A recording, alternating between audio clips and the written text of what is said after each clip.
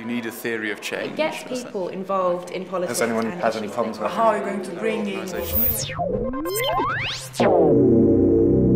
I'm very happy to be part of this conversation around digital activism. I think this is a very important issue, and I'm glad that FairSay has organized this debate.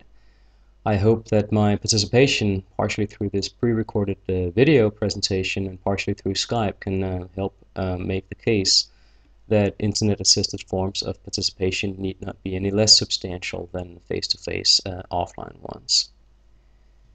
When we are trying to understand digital activism intellectually and when we're trying to pursue it in practice, I think that there are three debates that have consumed too much of our attention and three questions that we need to focus more on. The first debate, I think, that has consumed too much attention is this debate over activism versus slactivism. There are some people who would argue that all substantial and effective forms of activism are offline ones, and that by inference all forms of online political participation necessarily are various forms of slactivism. I think this is a misunderstanding. First of all, much offline politics could be construed as slactivism too. There is no material difference between expressing one's sympathy for a cause online by clicking like on Facebook or by donating one's status update, and then wearing a t-shirt or putting a bumper sticker in one's car or a magnet on one's fridge with a political slogan on it. Politics has always been about more than the pursuit of one's instrumental interests or one's ideals. Politics is also about identity and about the construction of communities. And this is irrespective of whether it takes place online or offline. Both online and offline, there are elements of slactivism and activism in politics. And to identify offline politics with incrementally effective forms of activism and online politics with ineffectual and merely ephemeral, if you will, forms of slactivism, I think is a misunderstanding. The second debate that has consumed too much attention in my view is the debate between self-styled cyber-optimists and self-styled cyber-pessimists. This is the conversation, and I dare say the increasingly polemical confrontation, if you will, between people who are making the argument that the internet as such is advancing or hindering democracy. I think the problem with this conversation is that it plays out at too high a level of generality and that it is looking for conclusions where no conclusions are to be found. Technology does not have consequences that are at this order of magnitude. Technologies do not change society wholesale for good or for bad, and particularly not political practice. We've had this conversation in these terms about many different technologies and media. Radio, when it arrived on the scene, was hailed by some as a democratizing technology that would make information more widely available. Others feared it as a tool for totalitarian forms of populist politics. Television, too, has been derided by some as a distraction that drew people away from more substantial and meaningful forms of engagement with society, whereas others have argued that television has had a great democratizing impact, leveling inequalities in political information and making more people more aware of what is going on in politics. And you will recognize the terms of these debates in the way in which some people talk about the internet. Some people think the internet has improved our democracies wholesale, others are arguing that they are undermining them.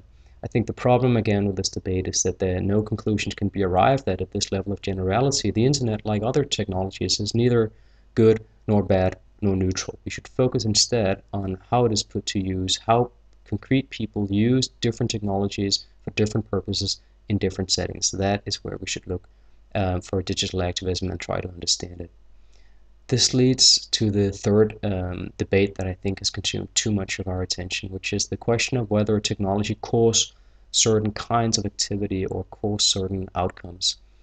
This most recently this has been played out over the consequences and the origins, if you will, of the revolutions in Egypt and Tunisia. There's been this idea that one could dub these the Twitter revolutions, thus implying that Twitter was a decisive causal factor behind these uprisings. I think this is a misguided way of thinking about the role of technology in social life and in political activism.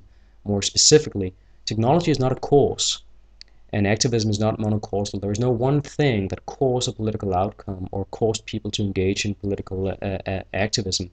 Technology should be seen as a tool. Technology is something that people use for particular purposes in particular settings.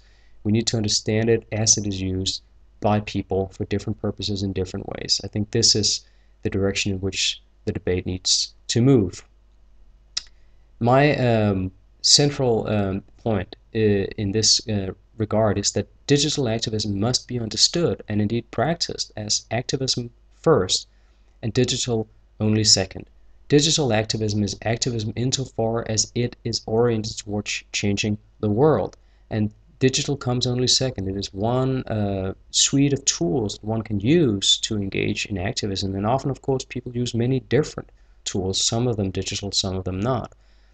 When we are trying to then to advance the intellectual understanding of what digital activism and what it means, and when we are trying to, as activists of a more or less digital persuasion, to act more effectively, I think there are three questions we need to focus on.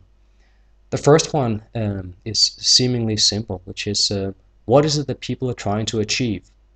This is the first question of activism. If you are pursuing change in the world, what is the change that you seek?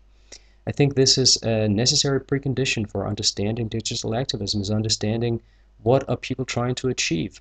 There are material differences between whether one is engaged in relatively moderate form of pressure group politics, trying to inch politicians one notch in one direction or another, or whether people are engaged in more radical forms of political protest and rebellions against oppressive regimes or in democratic societies. And different goals are advanced or not advanced by different technologies to different degrees. Secondly, we need to focus on who are these people then? Given that there is a particular group of activists, who are they? Who are they trying to organize? Who are already organized and involved?